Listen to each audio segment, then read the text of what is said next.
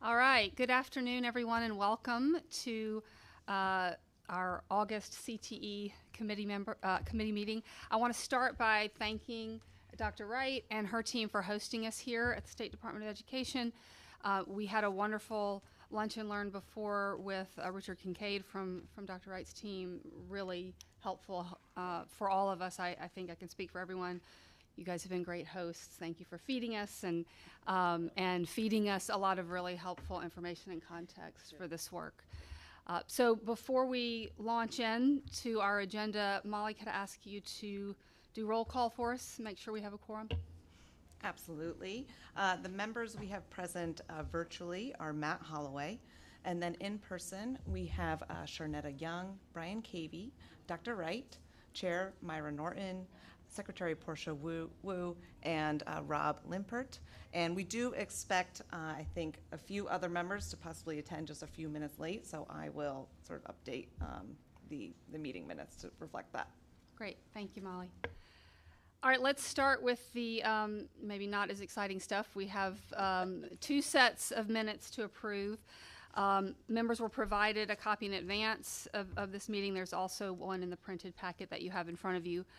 So I'd like to make a motion that we approve the minutes from both the May 22nd and June 26th meetings.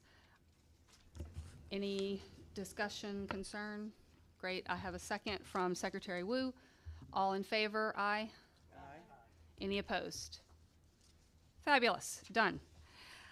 Okay, I wanted to start this meeting with a kind of a discussion of a couple of strategic priorities that we've talked about in terms of next steps for this committee. As you know, we've done a ton of work. We approved the IRC policy. We're going to be talking today about the definition policy for what is a high school level of a registered apprenticeship. We're moving forward on a number of these activities and deliverables that we have as a committee. And one of the pieces that we're working on right now is both what the CTE framework that we're responsible for building for the state and the implementation plan for this year. And in that work, in conversations with all kinds of stakeholders, not just committee members, it has occurred to me there are sort of two real important strategic issues that we need to understand more deeply. The first is what the strategy is going to be for employer recruitment. So as I've been in conversations with, and all of us, isn't just me, but as many of us have been in conversations with LEAs in the work group that I chair for the 2030 Commission that's focused on identifying barriers for high school students to participate in apprenticeships. A lot of those, we're having those conversations sort of hypothetically or in theory right now, because the barriers really become apparent when you start getting specific about what are the jobs, what are the apprenticeships, how are we going to get to 60,000 apprenticeships in 2030, and not just what industries are they going to come from, but what jobs are they going to be, and what then are the what do employers need apprenticeships to look like in those jobs, and how do they need schools to partner with them on that. It's really hard to address the barriers when you actually don't know all of them yet. So in a lot of the work, we can identify some sort of across the board recommendations, and that's a big part of what the 2030 Commission is doing for things that we can address that we know are going to have wide applicability. But most of it is going to be driven by what that employer demand is. And so we actually talked about this in the executive committee of the Governor's Workforce Development Board, and Secretary Wu has graciously agreed to have she and her team present at the September 18th meeting of the Governor's Workforce Development Board on the strategy. What is the strategy? How are they thinking about how we're going to get to that level of answers that we need to really start to put some of these other pieces in motion?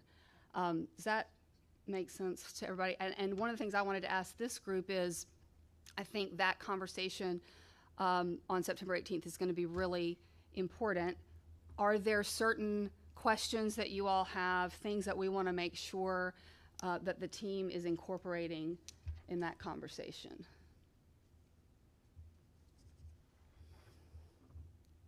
Anything come to mind? I have several, but. I'm happy to chime in at the right point, but Go ahead. Thank you, Madam Chair, and we're looking forward to that presentation. Just to echo your remarks, I think it would be helpful for us to hear, and if it's not here, message us. Rachel and I offline will connect with Chris McLaren, our head of apprenticeship, about what would be useful for you in that discussion. Obviously, particularly for the CTE committee, and it's very fitting we're here at MSDE, thinking about how do we integrate, how are we working with schools and LEAs, and whatever questions you have or information you have to bring to bear that you want to use to structure that. I think that's we'd love to fold that in, and to underscore the comments that the chair made earlier. I mean, apprenticeship is, there are many different kinds of earn and learn experiences or work-based learning, but apprenticeship by definition incorporates a job. And so that is why the engagement with employers does need to be very deep, and it can take quite a long time because an employer has to feel comfortable and have jobs available where they can be working with the apprentice, in this case the high school level apprentice, to incorporate them into their workflow and into their daily business needs. And so that's why the outreach to businesses is very important, and we'd really welcome feedback as we try to chart a new course here. Thank you. I think the second sort of big strategic issue that's at least on my mind, and I've heard others talk about, is it relates to this.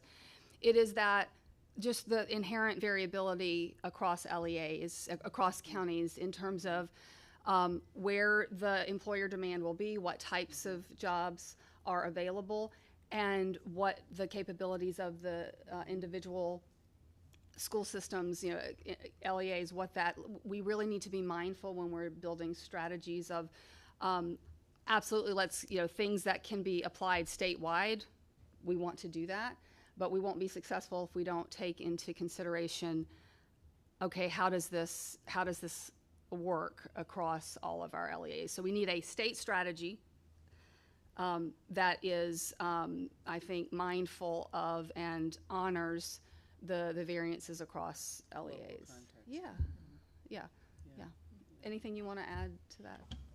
Yeah, no, I was just sitting here thinking this would probably also be a really good discussion to have with the local superintendents, because, I mean, they're the ones that are, boots on the ground trying to get this implemented, and I'm wondering if there's not a way then that we could be thinking about scheduling a time to get on there. I meet with them each month, so, I've got time on the agenda, and maybe it's a time then that we fill part of that slot then with getting their feedback on what do they see are going to be, successes, what do they think are going to be some of the struggles, do they have the right people in place right now to be doing this work in terms of outreach. So there's a lot of things that are coming, I'm thinking about, but it would be great to hear from them. I love that. I love that.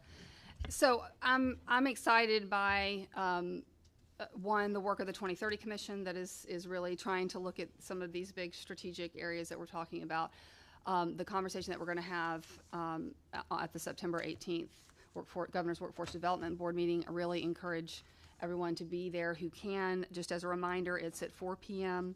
at the Luminous Health Anne Arundel Medical Center in Annapolis. So you should have all those details, but if you need any information, please let us know. And then I would just ask that if anyone has certain things that are on your mind that you want to hear from Secretary Wu's team that day, let's tee this up to have a really meaty conversation, because I think we have to move beyond theoretical into practical. What, like even when we talk about talking to superintendents, if I'm a superintendent, I want to know, okay, well, tell me what apprenticeships are we envisioning being available in my, Exactly. and then what does that mean in terms of the content that I need to provide, or the instruction that I need to provide, and how do I, so that's where we really start to make this stuff happen, I think. And then the last thing I want to say about this in general, and I'll probably say this more than one time because this has been on my mind as well, is just reminding us that what we're doing here is disruptive innovation, not incremental improvement. And that has really come to me a lot over the last year and the work we've been doing. And I think if we just acknowledge that, that's often where a lot of the discomfort comes from, because it's like incremental improvement means we are building on things that we're already doing. And you want to do that. That's not, disruptive innovation means we might have to think completely differently about what is possible. What are the industries that are here? What are the employers that have a presence here? How do we think differently writ large about the way we're engaging employers? I'm using that as an example. I'm sure we'll have to do the same thing when we start talking about things like instruction and all of that. But I just want to acknowledge that that's what we're doing here. And so to the extent that it's uncomfortable, we're headed in the right direction is my typical view on these things. One other thing I was going to ask, and Portia, maybe you know the answer to this. I mean, I know there's got to be, at least in my former life, there were like rules and regulations around businesses that high schoolers could and could not engage in with certain businesses. And so that would be helpful, I mean, for me to know what Maryland's rules are around, we'd love to do that, but you've got to be 21 years of age, or we'd love to do that, but you've got to be at least 19, whatever the it is. So that's a question that I have, and I don't know the answers to that. Yes, happy to provide that information, and to your point, Doctor, love that suggestion, and thank you, Dr. Wright, about engaging directly with the superintendents together. You know, we often have sort of one-off or hub and spoke, but that I think would be useful, and because there are sort of rules, and then there are industry practices, and for example, some the construction industry, for various reasons, liability, whatever, like they don't want apprentices under 18, for example, on site. So like there can be issues, and that's not true of all employers, but there's some specifics there. So we, to the extent we can help school districts and their apprenticeship coordinators be aware of some of those nuances, we're happy to do that so people can focus where it makes the most sense. That would be, I think that would be helpful when we meet with the superintendents to, in other words, start them thinking about the kinds of things that they want to be thinking about in their communities, but also letting them know that there's probably some guardrails with certain businesses that they may not have anticipated. Great, thank you. Okay, let's move to the next item on our agenda, which is to talk through our proposed apprenticeship policy. Just some context setting here. Big reminder, the reason we're all here is that we want to make sure that all Maryland students leave high school globally competitive and prepared for success, right? We want them to end up in careers long-term that are where they are thriving and able to support themselves and their families in a meaningful way. And so the blueprint pillars that you see here on the slide are all interrelated and support one another in this broad-based aim. Goal number 4 is where our work sits, the CTE Committee. We have been slowly working through defining the terms within this 45% goal, both what are valuable industry recognized credentials. We're going to, by the way, that we approved that policy here. We submitted it to the AIB. We will talk a little bit later about some of the feedback. The AIB approved that as well with some feedback, and so we'll talk about that a little bit later. So that was a big component. And then the other piece that we need to approve and present to the AIB is how we define high school level of a registered apprenticeship. And so defining that has been this balance of really understanding the letter of the law and the intent of the law, as is often the case in many things when you try to write things down. Sometimes you forget, right? It doesn't always come out to include everything you want. So that's what we're trying to do here is again, how do we stay true to the intent of the law? And so again, what the aim here is in terms of 45% of high school students completing the high school level of registered apprenticeship or another industry recognized credential is we want apprenticeships to be the gold standard. We know that getting students in jobs, that is the clearest, most direct path to the outcomes we want for our students. in many cases, those apprenticeships may not be available. And so what are the options available to students where that is not an option? Registered apprenticeships are industry recognized credentials. What other industry recognized credentials can be a second choice there when apprenticeships are not available? So what I'm going to ask Rachel to walk us through is, you all have seen the draft of the policy. There's been a lot of conversation, discussion, a lot of stakeholder engagement around this. And I think we've gotten to a good place in terms of this draft to submit to the AIB for consideration.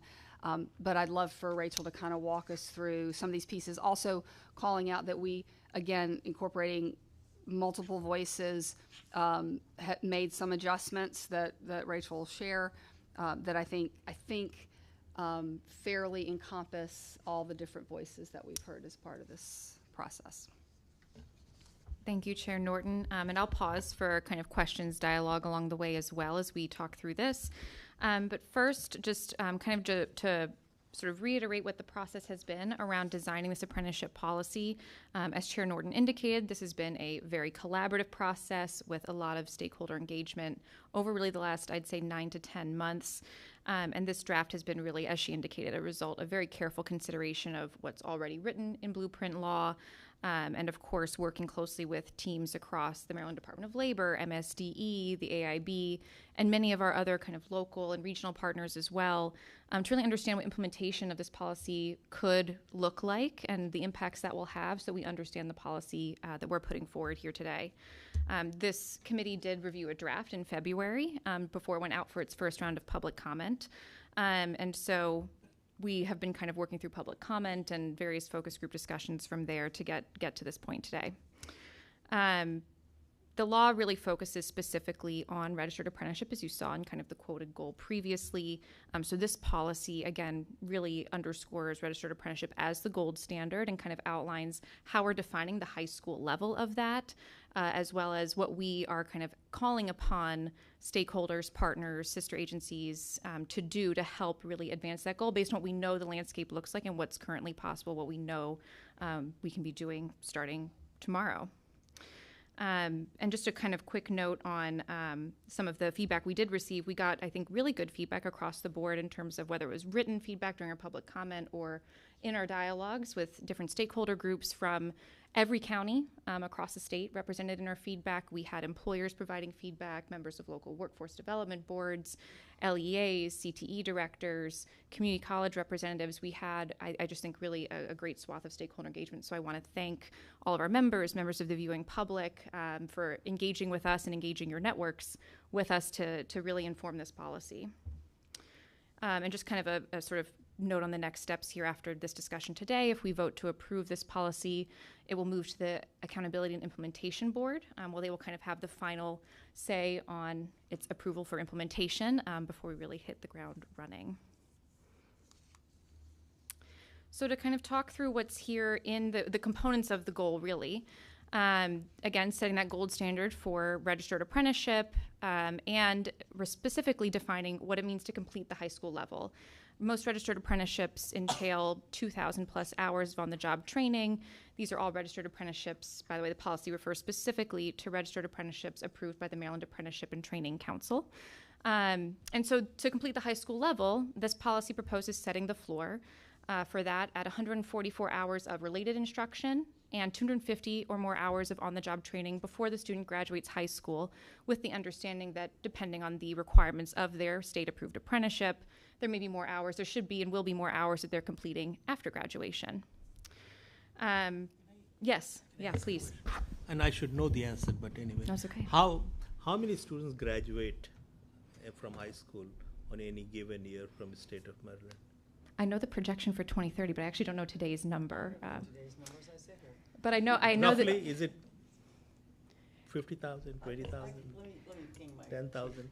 Yeah, but I will say I know that I think it's for around 60,000. yes, yeah. My guess. Yeah, around 60,000, Yes. and then projections for 2030 would be around 70,000. Yeah. 70,000. So we want about 30,000.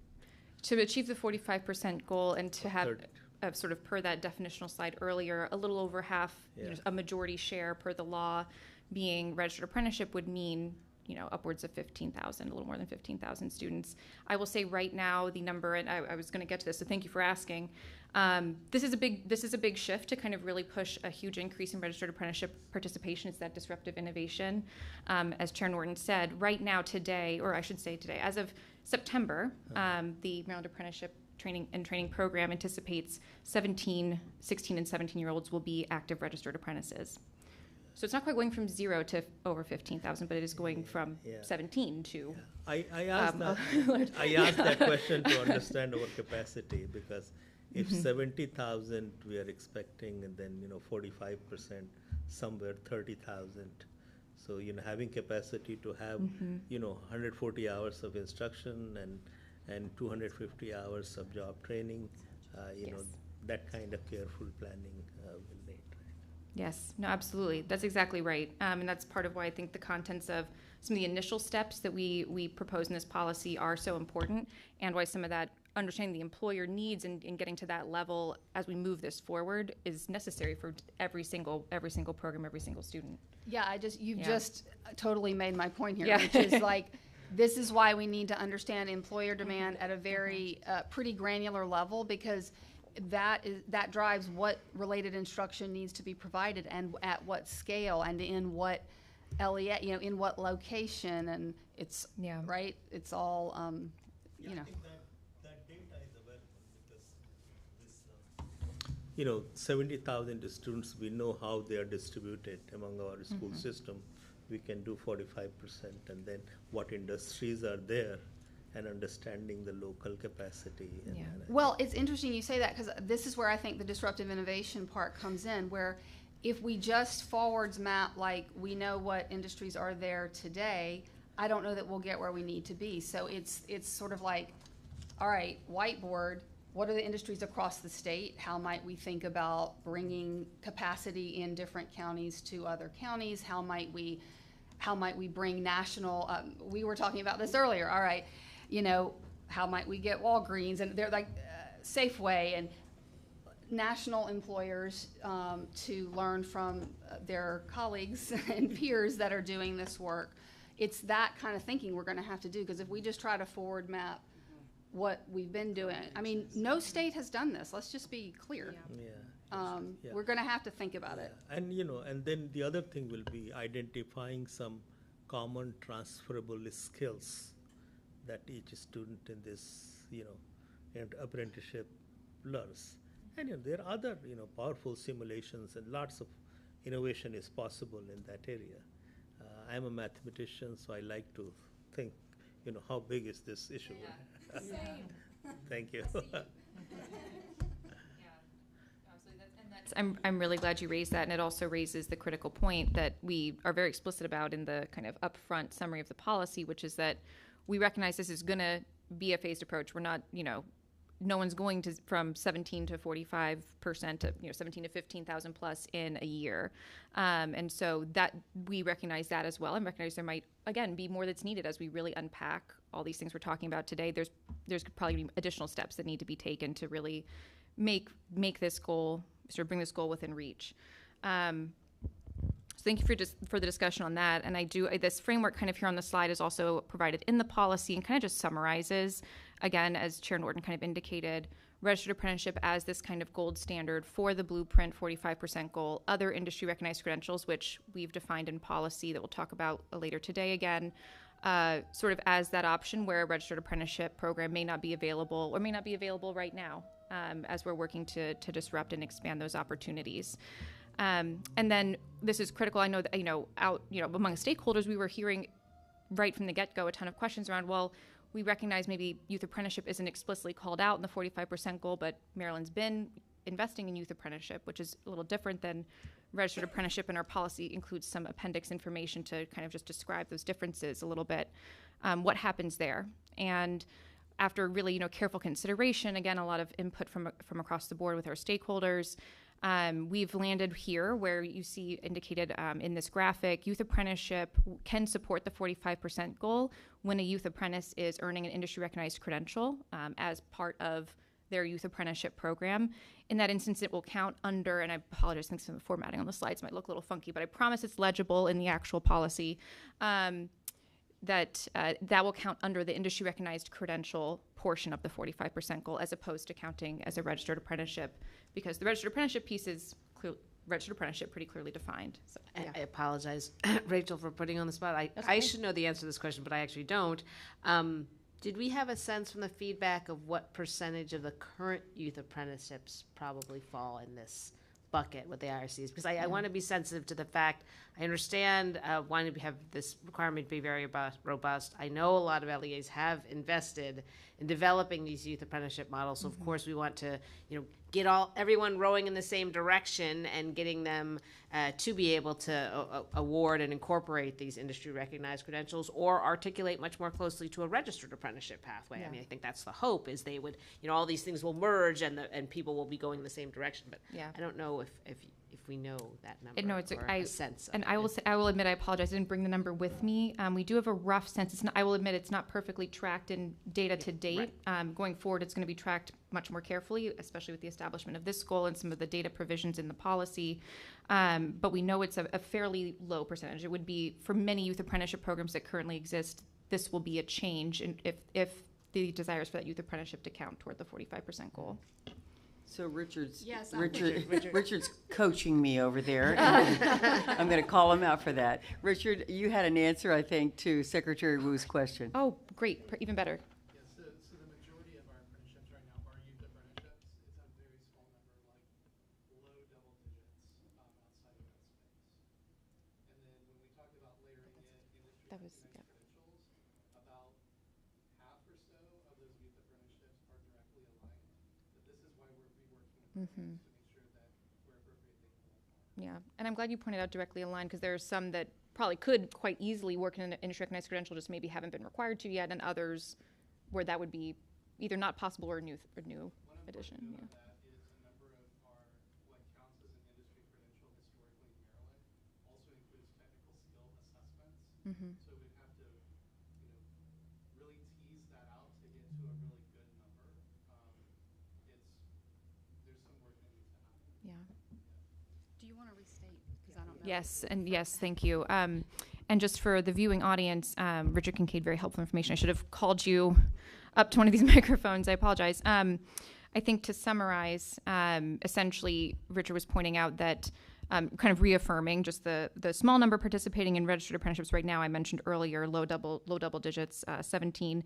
And then among youth apprenticeships, recognizing that it's not, a large number of youth apprenticeships do not currently incorporate industry recognized credentials. About half either include or are aligned to industry recognized credentials. And so that means there's probably opportunity, low-hanging fruit, to quickly be able to easily add industry recognized credentials into some existing youth apprenticeships. But it may be the case that others just don't line up with a credential, or would need to rethink their programming to add that in. I think I caught that right. Yes? Okay, great. Yes. Okay, awesome. All right. And so I'll pause here for another moment. We've kind of run through this, and of course this also does, just to clarify for all those questions, because it's not a registered apprenticeship or an industry recognized credential in and of itself. Without that industry recognized credential, youth apprenticeship does not support the 45% goal. So I'll stop there and see if anyone else on the committee has any questions or comments or reactions to this. Okay. All right, thank you. A couple of other things I'll note while we're on this slide, just to highlight some changes that I want to make sure the committee's aware of and our viewers are aware of, and will of course be, once hopefully the AIB approves this, making this known to LEAs and all our stakeholders across the board. But a couple key changes: this floor, having these floors for completion during high school, this is sort of a new element, and something we really heard a lot about actually from a number of stakeholder types, including employers, who were really saying, we need to make sure that on-the-job training is happening while a student is still participating in high school. We'll talk a little bit more about how that can happen. There's some ideas in the policy around that as well.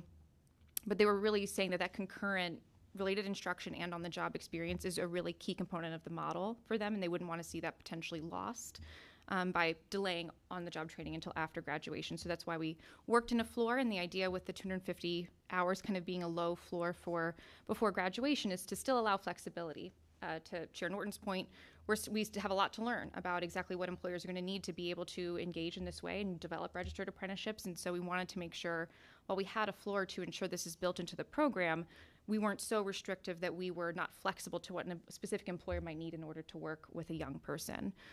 So that's a change I wanted to highlight. And another, which we've discussed with our colleagues at MSD and the Department of Labor and reached agreement on, was to kind of streamline the terms out there being used. So we had school to apprenticeship, registered apprenticeship, youth apprenticeship, AMP, the Apprenticeship Maryland program.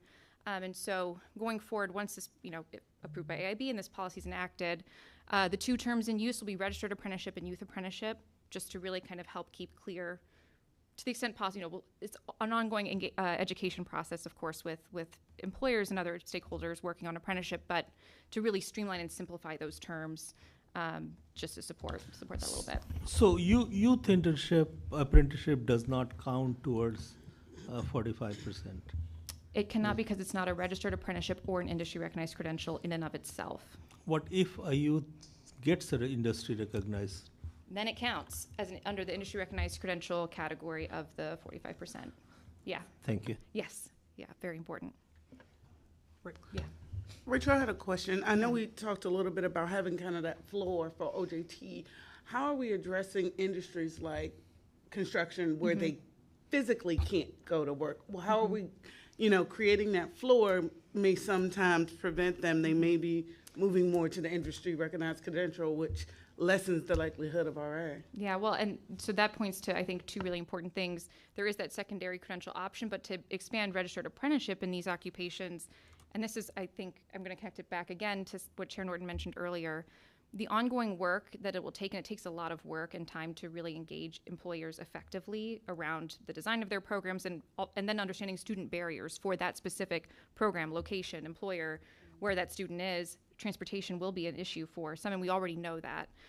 We have called out that as a specific barrier where we want to see some attention paid in the apprenticeship policy, but there will need to be more work done. I know the Apprenticeship 2030 Commission is talking about that, among other things, as potential barriers to propose recommendations around, so that there are tools more readily available to support students who have that barrier, so that we don't hinder registered apprenticeship development because someone can't make it to a job site, right? That would certainly not be ideal.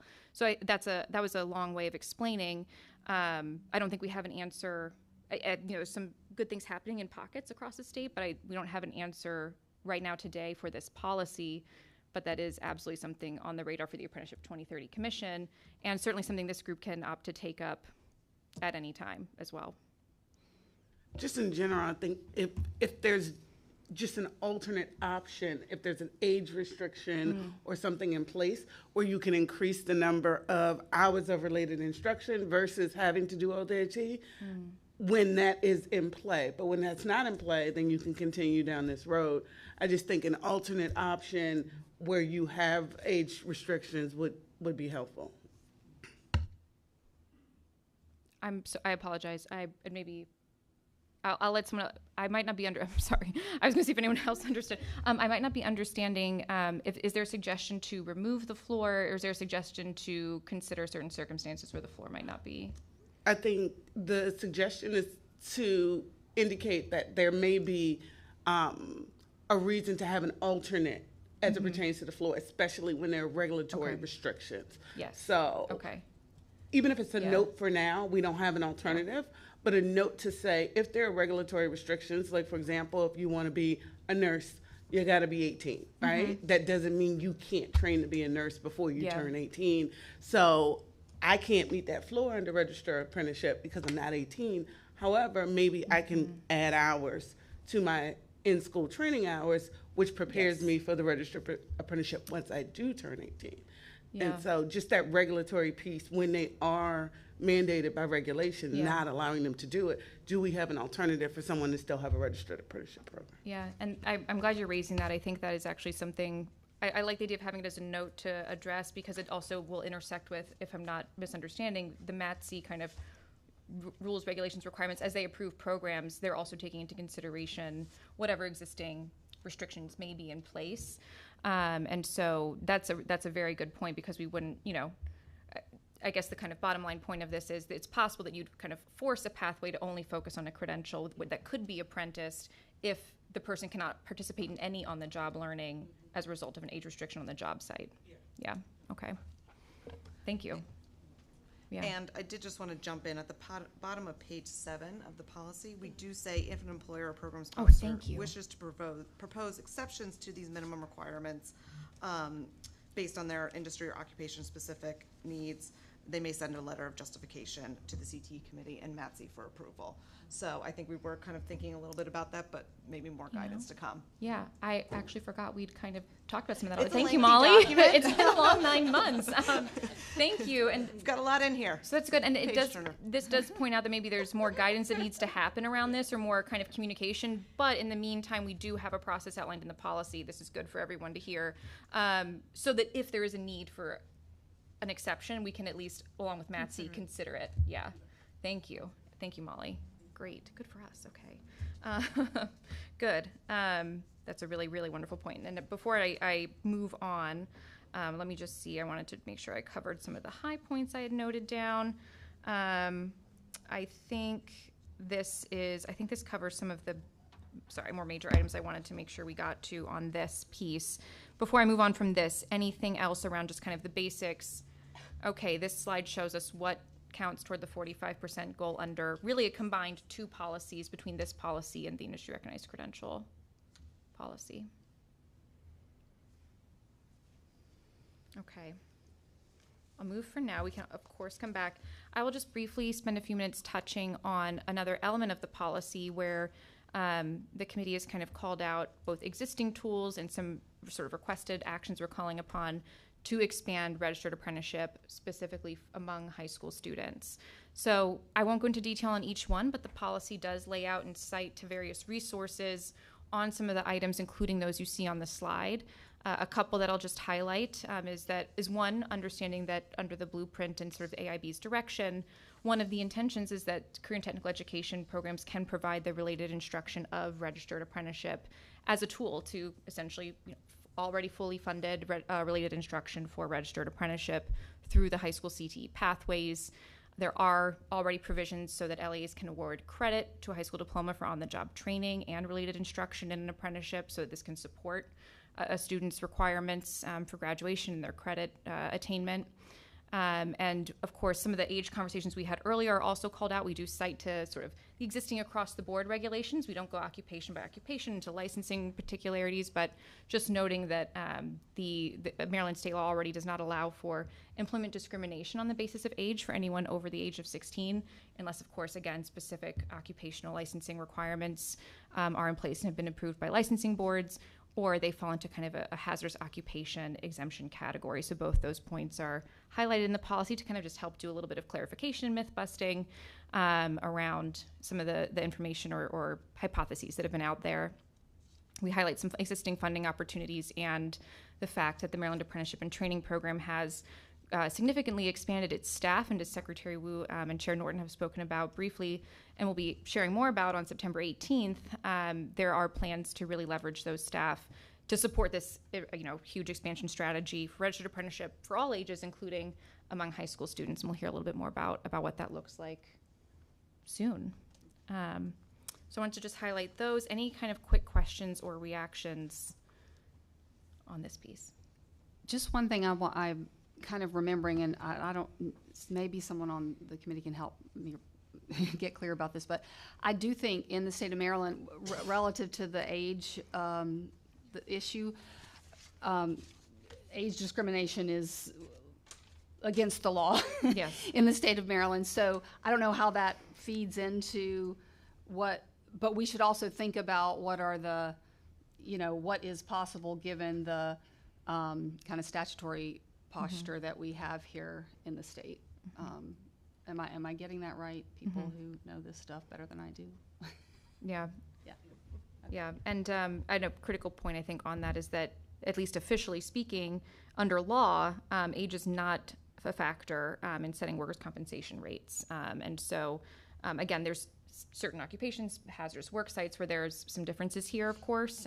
But in general, where those exemptions are not in place, that's something that some employers, as Secretary indicated earlier, some of it's real for certain employers, for some it's not, but they might think it is or be worried about it. So we wanted to kind of make sure that information was front and center here too, so that as we roll this work forward, start engaging with industry, we can all be really clear with one voice around what is and isn't on the table. Great. Thank you. All right. Did we get through everything on the apprenticeship policy? On this piece, I think am I leveling one more?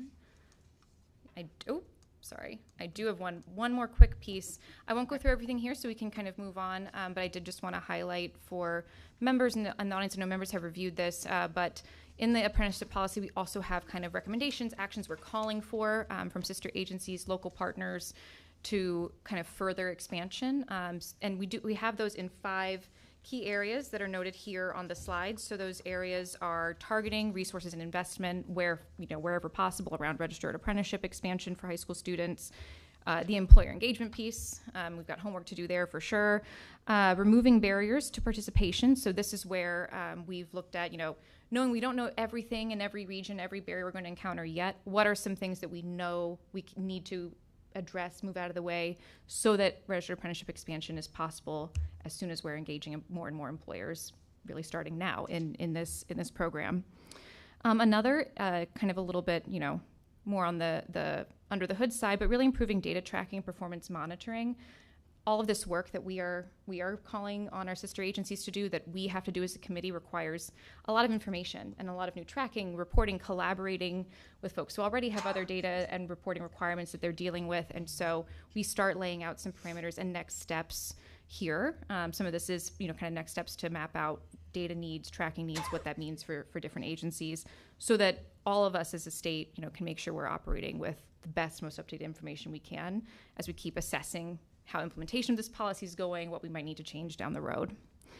And then the 5th is addressing regulatory barriers. So some of these things we've touched on earlier, there might be we touched on some specific barriers in the policy that we see an opportunity to consider addressing. I know I glossed over those a little bit, but I'll just pause and see if anyone had anything in the policy they kind of noticed or wanted to call out or discuss further before we move on. Okay. Great. Okay. Well, maybe that means we did a good job. Okay, so we're now going to consider passing this as a policy to then forward on to the AIB for their review and comment. So I would like to make a motion that we vote to adopt the apprenticeship policy to be submitted to the AIB. So moved. Thank you. Thank you. Any discussion? All in favor? Aye. Aye. Any Aye. opposed? Thank you. Any opposed? Okay, thank you. The policy is approved. It will now programmatically, what will happen is it will be submitted to the AIB, much like the IRC policy, which we're about to hear the AIB's feedback on. The AIB will either approve it or not and give us, but even in this case with the IRC policy, they approved the IRC policy and just had a couple of feedback points for things that we want to think about. So I'm going to turn it over to Molly to talk through that. Thank you, Myra. So as Myra indicated, as you all remember, back at our May meeting, we approved the IRC policy, which really defined valuable credentials and what the required criteria would be, an assessment process for reviewing those credentials to count towards the 45% goal. So you all approved that policy in May, and then we submitted it to the AIB. At the AIB's August 1st public meeting, they approved the policy with the following feedback for consideration, futures consideration, which you can see on the slide there, and then in your meeting materials is also their official feedback in writing.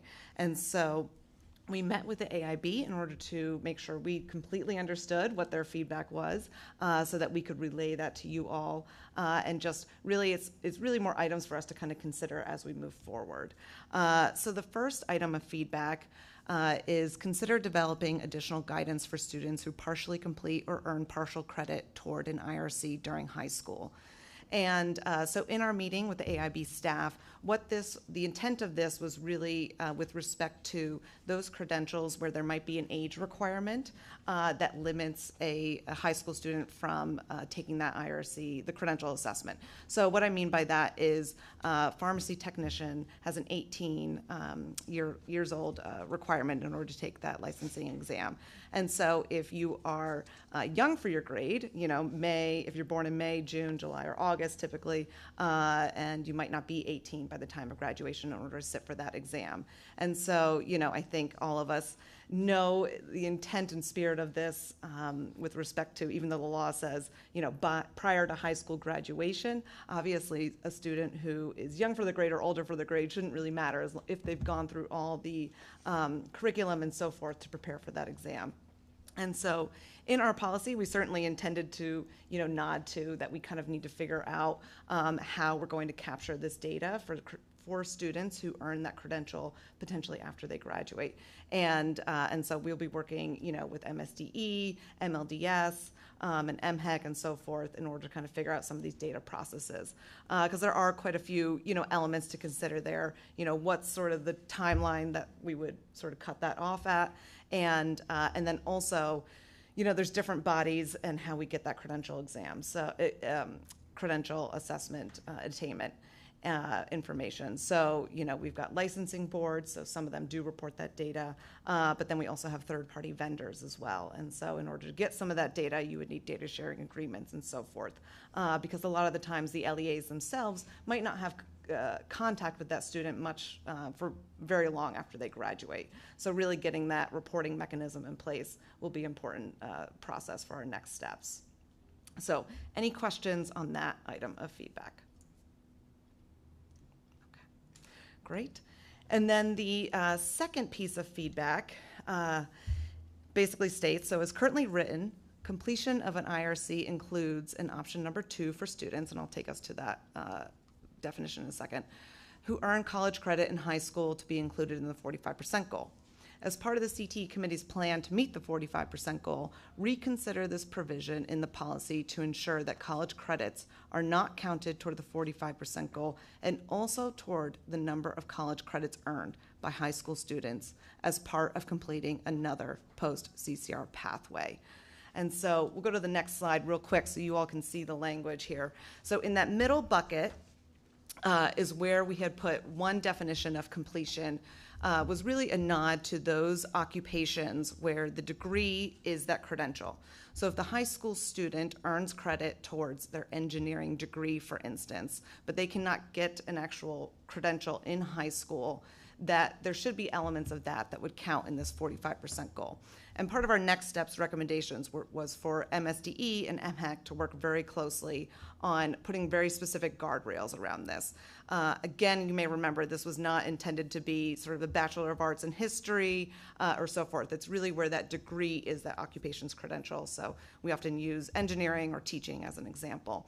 And so when we met with the AIB to really clarify, okay, what is your feedback with respect to what they meant there? And so to sum it up, what the AIB staff explained is that their intent with how they wrote that feedback is to not double count with respect to the 55% goal.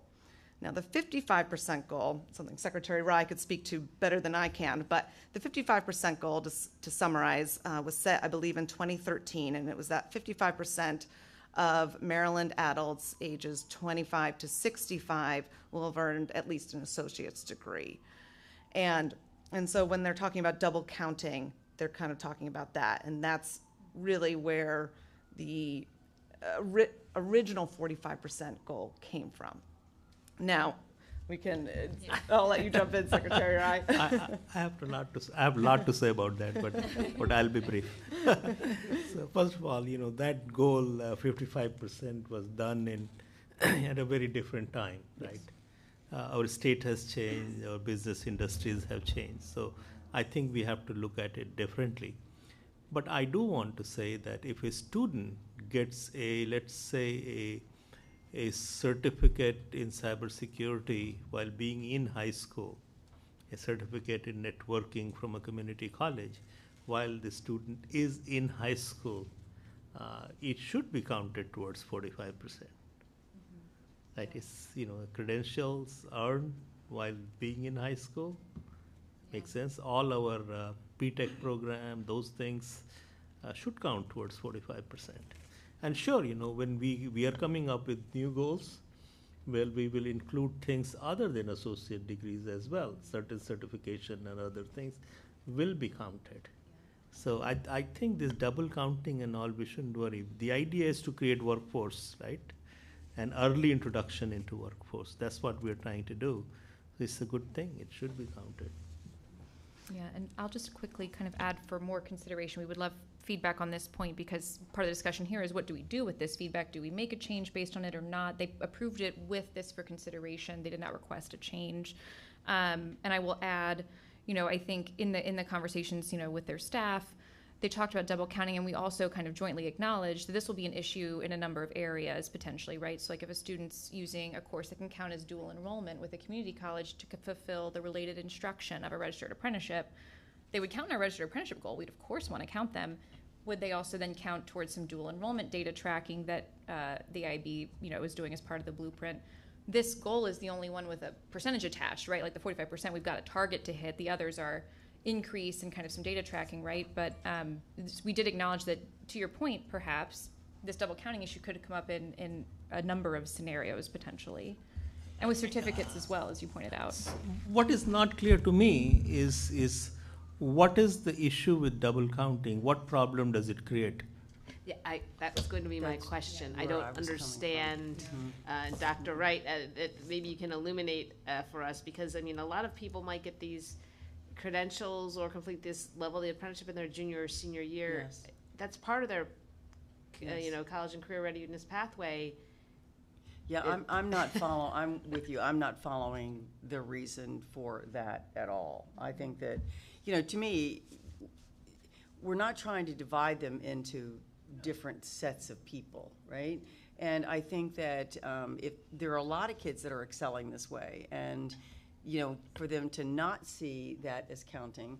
But likewise, I'm all for setting an education attainment goal for the state. I think the state needs an education attainment goal. And if it's 55%, it's 55%. But I think when we're talking about children and the experiences that they're having, and what we're trying to expand on the number of experiences that they're having, it would be very, very limiting if we just said, oh, you can do that, but that doesn't count, Yeah.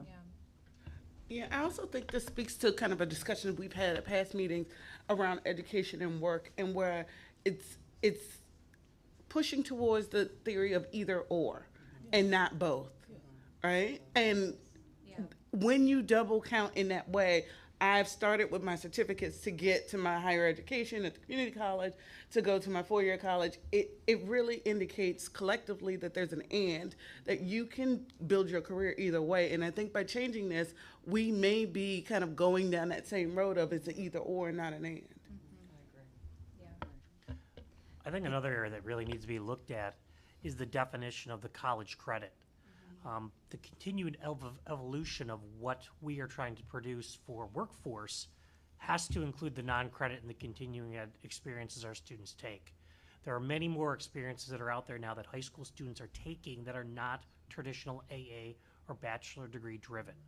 So there are workforce programs that are out there where students can earn industry recognized credentials with single classes or groups of classes, which make them college and career ready, and are able to enter the workforce with those non-credit experiences. Those certificates, especially in the areas of cybersecurity, are just as valuable as a degree.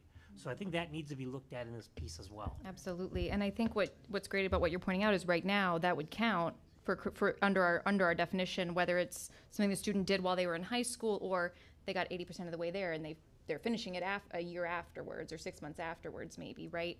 And to Secretary Rye's point, well, when they reset their completion goals, they'd also be able to count that certificate a student got because it was a student in one of their colleges. It didn't matter that they were in high school when they started or when they completed that certificate, right? But it does still meet the intent as this committee, and what I'm hearing as this committee sees it, of what this goal is about. I will acknowledge, I think one piece of what the AIB staff shared that did resonate, which I think we all agree with, is the 45% goal is designed to make sure students have it's about multiple options. It's about registered apprenticeship options. It's about credentialing options, not necessarily a one or the other, not necessarily two groups of students. At the same time, it's also not about all of our college going students are going to get there through apprenticeship instead, but it's all the same students being served, right? This is about serving more students on net at the same time. So I know that this committee was really thoughtful about trying to strike that balance and what we counted as completion here and how we were approaching this policy. So I did just kind of want to name that reality as well. And so I think what I'm hearing from the committee on this, and anyone please jump in if I'm mishearing, and virtually, by the way, as well, for our members joining us virtually, is Molly kind of indicated one of the next steps here is going to be around, sort of coming together with MHEC, labor, MSDE to think about, okay, as we parse out different goals, data collection, how we're counting different things, let's make sure the guidance, the information, that collaborate, that just all of that is very clear, and we can be very, very clear and specific about that, but without necessarily changing the definition of completion we have here. Is that what I'm hearing? Yeah, absolutely. I was just going to say, we've been talking an awful lot about data collection, but I think we're really going to have to really, really dig into what does that mean? Yeah. What does that look like? Do we Yep. have the infrastructure? Do we have the ability for systems to talk across systems? I mean, We're gonna all find of some no's, yeah. I think, yeah. And so having just had this discussion internally about something else, it's like, no, you can't have this system not talk to this system when we need both sets of data. We need a way to meld the data so that we're not having to go to 6 different, 10 different, ever how many different places to collect the data, and then merge the data, from different spots. So I'm just putting that out there, that we need to be thoughtful about each of our organizations and what's the level and capacity for data collection that we have. Absolutely. Yeah, and I want to underscore that, because to me, everything we're doing here is about, and when I think about this double counting issue, I agree with everything everybody said. To me, the fundamental problem we're trying to solve and that we want to be mindful of is we don't want to create a big gaping hole that a bunch of our students fall through because we haven't thought about, if they do this and this, where they get left out of the workforce, right? And that's the question I feel like we have to keep coming back to. I mean, I probably shouldn't say this, but I don't really care about double counting because that feels like bean counting. I'm more worried about, like, what are the outcomes for the students? How do we think that this will impact outcomes for students?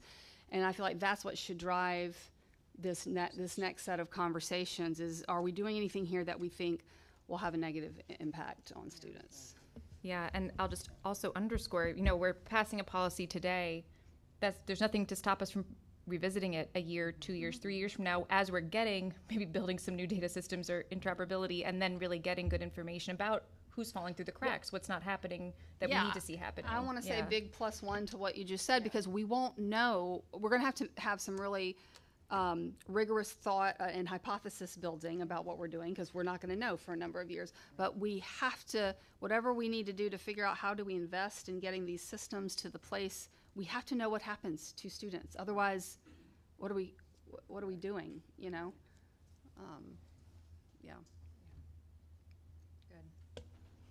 Great. Next slide then. So just so you all know kind of what's happening next, and we'll kind of continue discussions around sort of putting really specific parameters around guidance and for completion. And then, of course, as we talked about, really digging deeper into the data collection and, to Dr. Wright's point, making sure all the data systems are talking together. And there's a lot of implications to work through here. And so I know some of you are members of our data subgroup, so we'll be asking you to kind of pull in for some of those discussions as well. But that'll be sort of our next phase of work. And then, of course, also DWDL will be developing guidance around specifically how a pre-apprenticeship would count in meeting our IRC criteria. Of course, it has to meet the 7 required criteria. And then also MSDE is already developing, and I don't know, Richard, you could speak to at another point, some of these pieces are probably ready in the near future, but really putting together very specific guidance for LEAs on the industry recognized credential policy, and then also really breaking out sort of the business rules for how each criteria is assessed, so that members of the public, members here as well, can kind of really dig in on each piece there. Also a program of study crosswalk, so you could really see the CTE programs and what industry recognized credentials they align to. And then also, sort of like more marketing materials about, this is what this credential will lead to this job, and so forth. And so just there's a lot of exciting work to come, and really looking forward to that. So next slide. No, you're good. And then just to update you all on the current process. So we originally had in our policy that the application was going to launch August 1st through October 31st for credentials that were not on that original list to be considered. If you recall, there was about 210 that met our initial criteria. And so given that the AIB's meeting was August 1st, we obviously didn't know if we would have to make any tweaks to that. And so that application was launched earlier this week. So LEAs, local workforce boards, community colleges, so forth, other partners still have a little over 2 months to submit applications for credentials that are not currently on that list to be assessed. And then MSD will be reviewing those credentials and then putting forward before the committee here which credentials they would recommend based on whether they met the criteria should be approved or not approved. And then that full final list of approved credentials will go live. It is already out there for the public for the 210 to be reviewed and aligned to their programs of study. And then that will go into effect next school year. So that's the 25-26 school year. Any questions on that? All right, great. Oh, and then of course, we will also biannually be reviewing the full list to make sure it doesn't get stagnant or old. So that's that. And I will just highlight that we will definitely be working with Richard's team at MSD to make sure we're getting the word out now that this is open, to make sure that folks have that opportunity to apply. Thanks, Molly.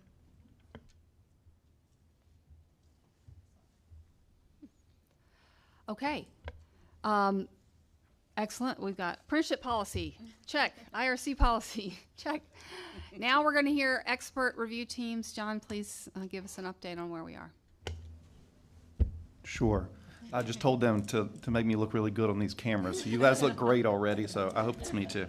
Good afternoon. It's good to see you all. My name is John. If you haven't seen me before or heard my voice, I'm the expert review team manager for the CTE Committee. I've been doing this job for a year. The job has opened my eyes to a lot of things and a lot of what the goings on are in this state, and I'm super excited because this coming school year is when we are going to jump into our full deployment of our expert review teams for the CTE Committee. So it's exciting stuff, and part of this, most of this, has to do with you guys and your help too, so we'll get into that in just a few minutes, but it's good to see you all around this table. And Rachel's smiling. I love that. Thank you, Rachel. So before we start, I just want to make sure that we kind of level set our conversation around that the CTE Committee and the CTE expert review teams were built and were written in order to monitor progress in two things. Creating a robust CTE system, so making sure that LEAs are doing that and we're helping support that. And also they're monitoring progress on the 45% goal that we have just been discussing for a little while. So that's kind of what we are there to do. And that, you know, all it makes me think about is granularly. I have an 8-year-old and a 5-year-old, and I want them to be in a place and in a position where they are ready post-secondary too. And so I love being part of that process. I think it's great, and this is exciting stuff. So that's what we're here to do, and that's what the expert review teams for CTE are here for. Next slide. So last year, it was the planning process and the piloting process for the CTE expert review teams. And what we decided our best option was to organize all of this work by LEA, not necessarily by school. Just because from our standpoint and from what I was hearing, CTE as a whole is more of an LEA thing right now and not necessarily individual schools. So we thought that we should organize around that. So that's what we have chosen to do. And what we're going to be doing for the next 2 years is we are going to be going to all 24 LEAs over the next 2 years to just gather a baseline of what is CTE in your LEA. What does it look like? What strategies are you using? What are your strengths? What are some challenges that you're bumping up against? And then just to get an idea of what that looks like before we start doing this disruptive innovation of it, we also need some of those, some of that baseline information, so we're not assuming what's happening and what's not happening. Next slide, please. Thank you. So last year in the spring, we did conduct 2 pilot visits. 2 of you were on those, which is exciting. We went to Queen Anne's County in March, and we went to Anne Arundel County in May. We structured those in a way of where we had an orientation beforehand with the team, just to kind of get everybody on the same page, make sure we all looked at our materials, we knew what the daily schedule was going to look like, we knew how that was going to go down. We went to 2 schools in each one. We were there for a full day. We did focus groups, and the focus groups were CTE staff for the LEA. They were the administrators, they were the CTE teachers, CTE students, and then we talked to our career coaches, guidance counselors, and work-based learning staff, or whoever they had. We did classroom visits also. We were in there, and part of the job of the pilot visits in general were, hey, we're going to Queen Anne's, we're going to do some classroom visits, and we're going to go for X amount of time. We'll see if that works. If it doesn't work, let's change it, and we go to Anne Arundel, we're going to go for this amount of time, just so we can kind of see what that classroom visit window looks like. And then we did a debrief afterwards just to gather all of our notes and our information, so then we could compile some sort of report that can then be given to the LEA, so they can have an idea of what we saw and what we heard in those focus groups and through those classroom visits. Next slide. And I'll just jump in really quick to say the one I participated in, I really loved. The focus groups were so enlightening and helpful, and just really gave me a great perspective on some of the conversations we're having here. So John will talk more about your chances to engage this coming year, but I definitely encourage it. So right here this is the most current map that I've put together. Now, Marquita did send me the most recent numbers. This was in like April or May. I said, I need exact numbers because I'm going to be sitting with a bunch of people that want the numbers. And so here's the number of all the high schools in Maryland that have at least one CTE program. The CTE program might be AMP, but it's at least one CTE program because we need to be able to see all of them by 2031. So that's what they all look like, give or take 1 or 2. Marquita, I apologize if that's not right, but that's as close as we are to it, just so you all know. The reason that that's kind of there is because by 2031, we're supposed to see all high schools in Maryland that have a CTE program. However, next year, if you looked at the deployment plan, if you've not, here we are. Our plan is to visit 24, which is just above the 10%, but if you add 10% across the next 6 years, that's not 100%. So we're going to be looking at these 2 years while we're getting the baseline, then what are we targeting to then do after that in order to get all those visits done? And what priorities are we going to do, whether it's program priorities, school priorities, grade level priorities, whatever that looks like. So that's why this is there. Next. So here's where you come into play. These are the members that are written into our deployment plan, our implementation plan, and also the law as to be who has to be on visits. So those are the priority members. And then we have optional members that don't have to be on there, but they are ideal that they're on the teams. So you'll see here, I'll read through them. 1 to 3 of us, CTE committee staff. A teacher, a CTE teacher. So this teacher is from a neighboring LEA, ideally, and they are nominated by the CTE director or the CTE coordinator lead staff in that neighboring LEA. Thinking about career ladders, thinking about those CTE teachers that want to be leaders, that want to move up. The teachers, we know professional development is huge, and teachers need as much as they can, and what better professional development is to get out of your own building and go see what's happening in other districts. And so that's one. School leaders, principals, assistant principals, academic deans, superintendents, doesn't matter to me. Everyone is welcome around the table. But this is also someone that might be nominated by the CTE director, someone that just wants to know more, wants to be more involved in CTE. And then an employer, trade union rep, or an apprenticeship sponsor. They have to be on all of those visits. And then the optional members are CTE committee member or designee, which is you, look at that. And Local workforce board representative, that might be a staff person or it might be a board member. You have local community college representatives and then representatives from other agencies that are responsible for implementing the blueprint, MSDE, AIB, WDAL, all those things.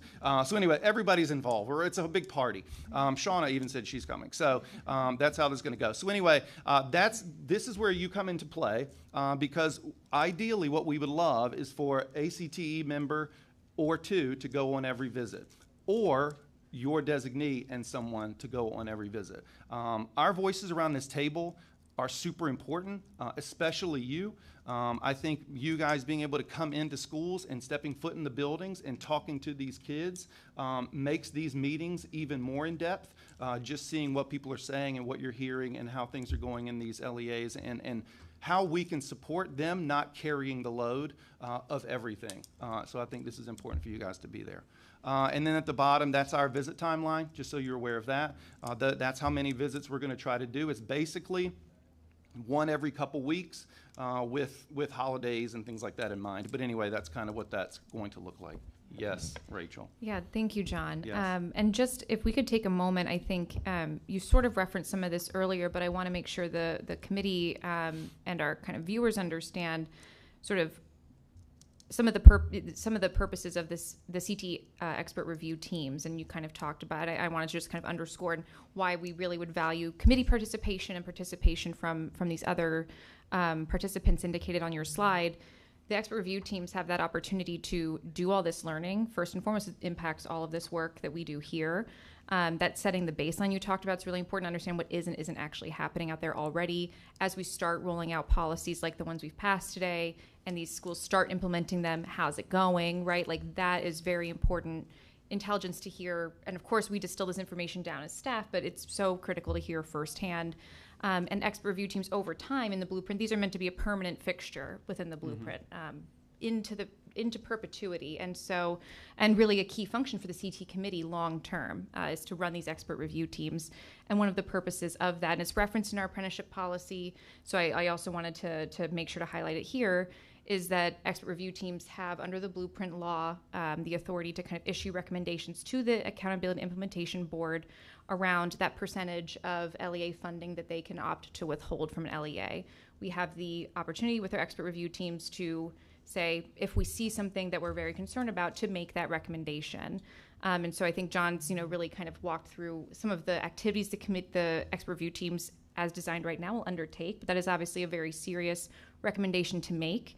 And so I also wanted to highlight, just as referenced in our policy, the fact that, as John indicated, these first couple of visits, gathering a lot of information, setting a baseline, and really looking to technical assistance, right? Like, what support do you need to be able to implement these policies before taking a measure like that? But that is, of course, a very serious responsibility for these expert review teams long term.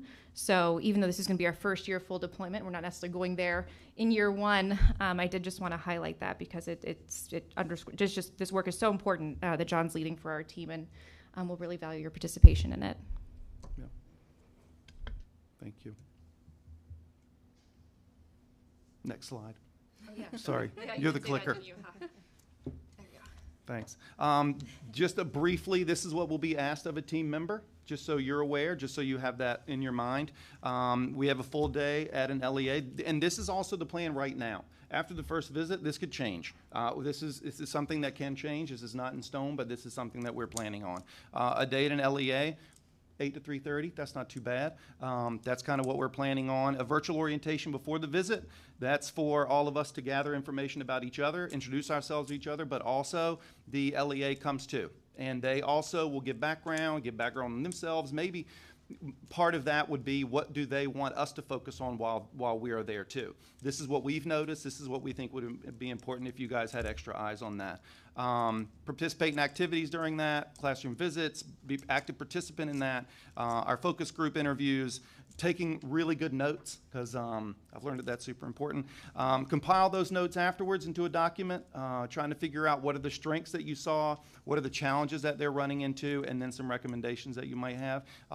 Then we'll get back together for a virtual debrief and look at those notes and figure out how we compile those into a report. And then us as the staff take that information and turn that into a report to then send out to the LEAs and eventually make it public. I think that's the plan.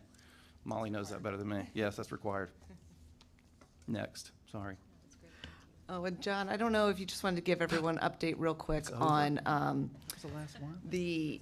we have, so as you all know, you approved the expert review team deployment plan at our June virtual meeting. And so at this point, we have not received any feedback from the AIB or approval on that plan yet. So we are moving forward because we do need to have these visits and so forth scheduled because it takes a lot of planning to work with the LEAs to make these happen. And so John, I don't know if you wanted to speak to that at all. I do think the feedback and approval will be coming soon, but I don't know if we have a recent update. I don't have one.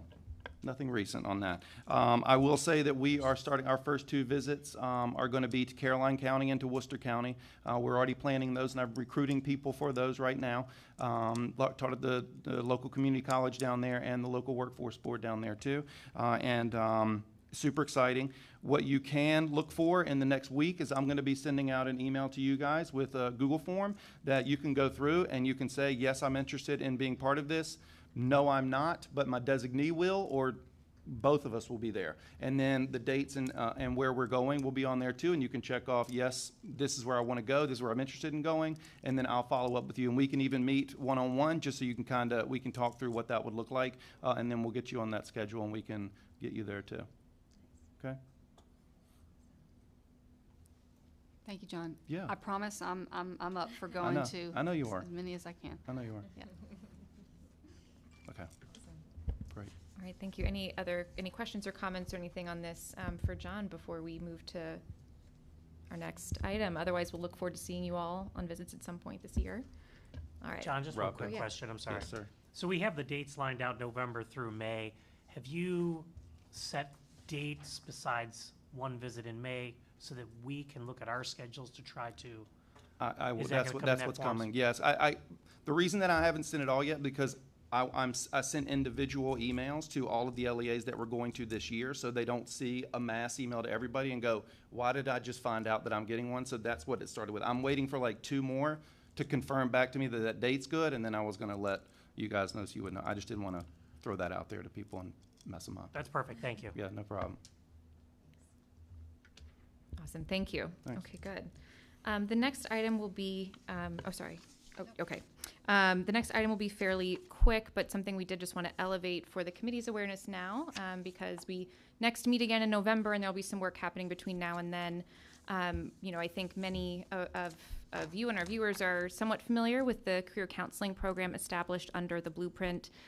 This is a huge, revolutionary, first-of-its-kind program to deploy career counselors to every public middle and high school in the state. And it's done in partnership. This is also a unique element of the Blueprint. It's done in partnership with local workforce development boards, LEAs, and community colleges. It started being implemented last year. The AIB has really, and still maintains kind of full oversight and jurisdiction over the program. And I think there's been interest among our members in understanding what's happening with the program. How can we be more supportive? How can we ensure it's going forward on the right track and that career counselors are getting the support they need, that there's good training? And from among our local stakeholders, we've also been hearing a lot of feedback around the fact that they got started last year, honestly, without necessarily having a ton of really clear guidance, without necessarily having definitions provided from any state entity around what is career counseling, how are we defining certain activities, what are the expectations for different grade levels moving through career counseling, and what metrics are we expected to be measuring and tracking ourselves on so that we know how we're making progress to support the state's goals. And so over the course of the last few months, we've had, at a staff level, quite a few conversations with our local partners and with the Accountability and Implementation Board. And so over the coming months, this committee has an opportunity to take on more of a role in partnering with the AIB to sort of just really kind of be leading the charge to develop guidance and definitions. Again, everything gets approved by the AIB, of course, but to really kind of start charting that course. And so that's work we're going to be undertaking really starting as soon as possible. We will be looking to also bring in external resources to support us in that work on an ongoing basis, given the lean staffing. We'll talk about staffing here in a minute, actually, because we have some updates. But we wanted to kind of point out first that we have an opportunity to step more into this space. Wanted committee members to have that on your radar, because we'll be asking you to weigh in and to participate in this process. and also to really just highlight some of the first things we'll need to be working on. Going into year 2, there's still not a consistent set of metrics that the state's asking for. So that's priority 1. I mentioned definitions, pretty critical as well, to make sure folks know when you say measure individualized career coaching, for example, what does individualized career coaching, what counts? So those are the two, those kind of pieces work together, and we're going to be working on those in short order here in the next few months.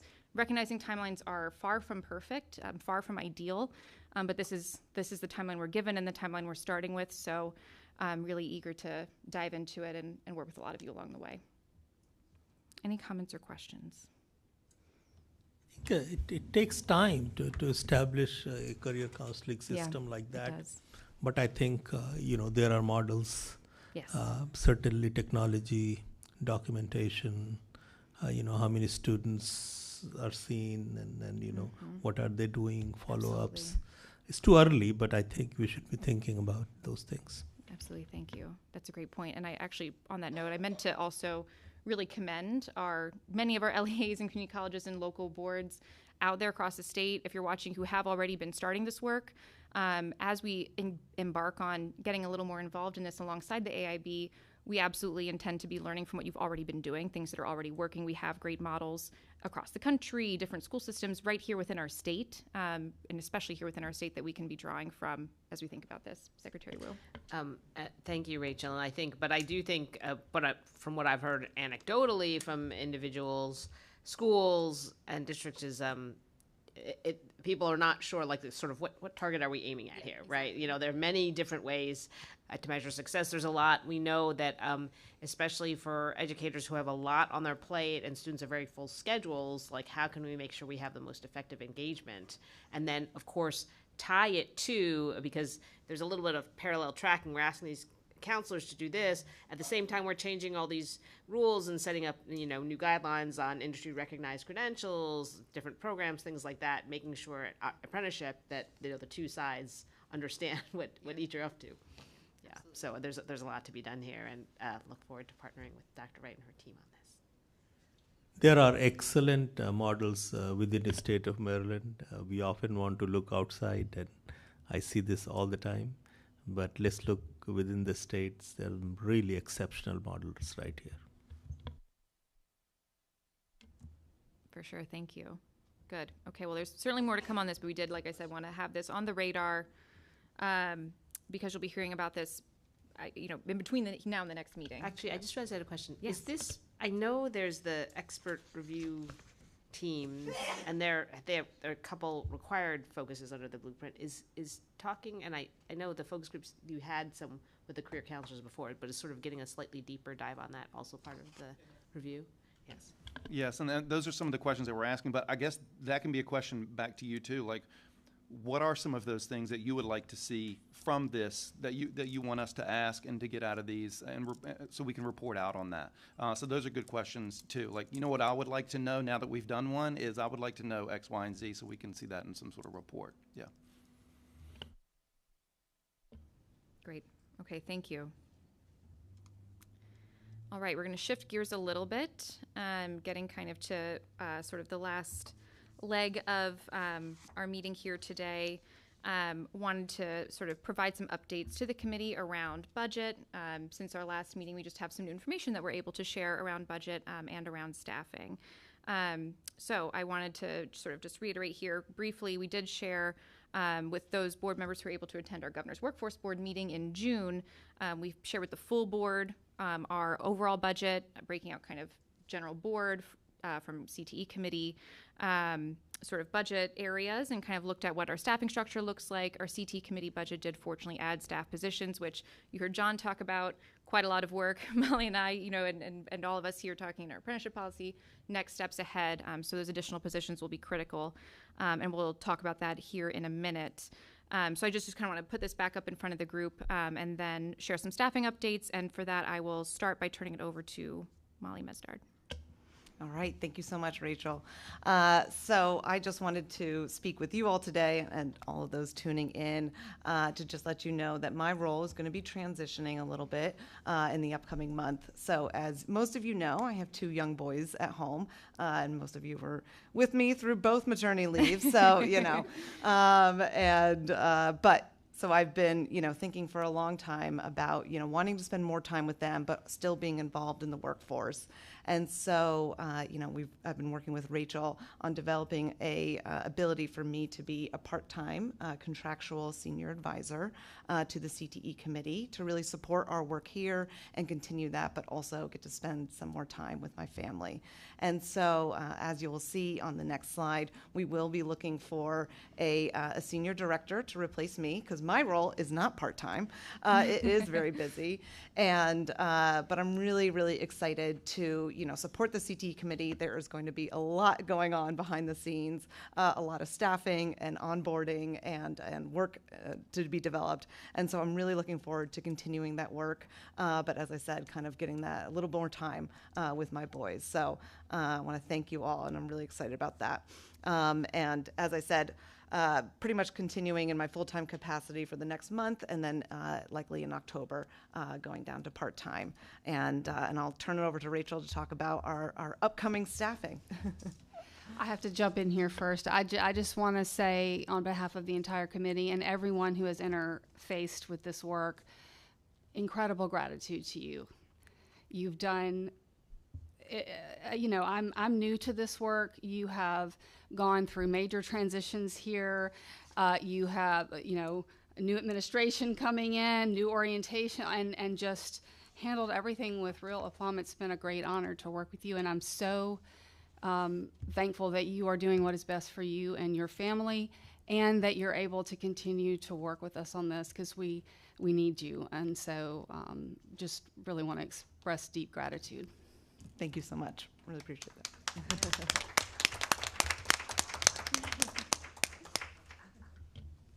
And I will just add, personally, I'm not sure I would have made it through my first year, which I just cleared, if it were not for Molly, who got me up to speed on everything here really quickly, and just has been instrumental to moving everything forward. So I'm so thrilled that you're able to stay on the team. And as Molly did mention, we wanted to take this opportunity to share this news sort of openly and publicly, because we will essentially immediately be starting a search for a few new positions, including a senior director for the CTE Committee. This will be a senior leadership role reporting directly to me, so you kind of see here kind of the sort of official workforce board org chart and some staffing underneath of that. And of course, this individual would work very closely with Chair Norton of this committee, in addition to at a staff level reporting to me. And like I said, really being part of our senior leadership team for this committee. This is a really, I think, incredible opportunity to be part of charting a vision forward, really accelerating implementation of the work that we've been talking about here today and over the recent months. So we welcome candidates from, background. We were really looking, I should add, for, candidates with expertise in some of the areas that we're talking about, experience and really big ideas. So with that being said, we welcome anyone who's interested to reach out. We will, of course, also be opening the application process, and welcome our committee members to provide us with recommendations if you know of anyone fantastic who you think could be a really great fit for this role. We will also be, in the next few months, working to quickly hire some of those additional positions, new positions I mentioned. So a program manager to really support ongoing project management on a number of fronts, with John continuing to really lead the charge on that expert review team work. That in and of itself, as you just heard, is such a large body of work. So John will be dedicated to that, with our program manager supporting some of our other ongoing projects and policy development. And we'll then be looking to hire a policy analyst, as well as a research and data analyst, kind of calling back to some of the other needs we were talking about earlier, to support so much of this work we've been talking about today. So wanted to just share that so everyone kind of is on notice. Stay tuned. We're really excited to hire some fantastic experts for these roles. So, and again, any questions, please reach out to me, Myra, Molly, any of us, if you have questions or you're interested or know someone who might be. Any questions or comments on kind of just our staff expansion and our staffing future?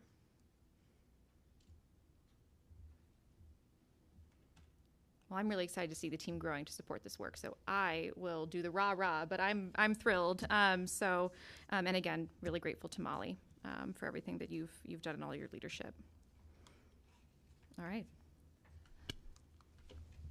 Okay, I'm just going to underscore, please, if you know anyone who would be good for these, we have a lot of work to do. We need many hands to do it, so please reach out. I think we got a lot done today. I feel pretty good about this. So thank you all for, not just for today, but for leaning in on these important things in between these meetings. I am personally grateful, and I feel like we're really getting into the meat of things now. So again, just a reminder, the Governor's Workforce Development Board meeting September 18th, 4 p.m. at Anne Arundel Medical Center. Please be there if you can.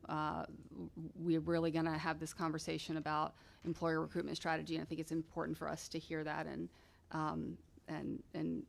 be a partner in that conversation. And then our next CTE Committee public meeting is in November at Harford County Public Schools, so more information to come on that. Anything anyone needs to discuss before we adjourn? Can I have a motion to adjourn? All in favor? Aye. Any opposed? Aye. Okay.